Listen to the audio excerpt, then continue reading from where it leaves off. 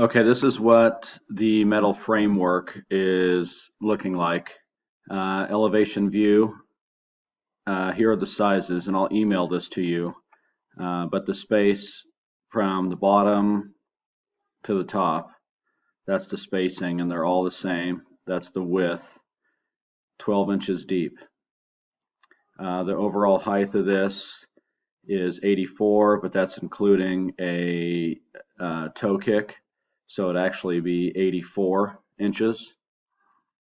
And then this is a little tough because this is software for cabinets, but essentially, as we explained in an earlier email, that you would have this metal grid on the front and also on the back and sides. So this is not a solid side.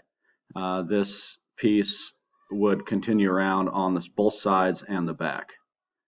It's two pieces just like this face frame on the front and back connected with the side pieces.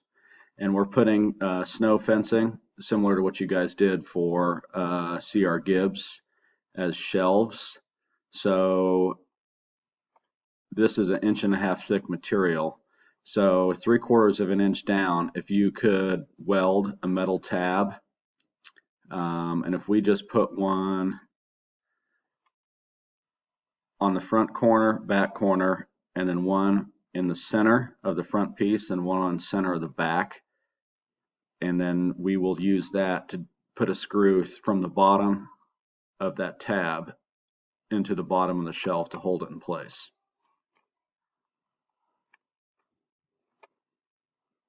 Give me a call if you have any questions. Thanks.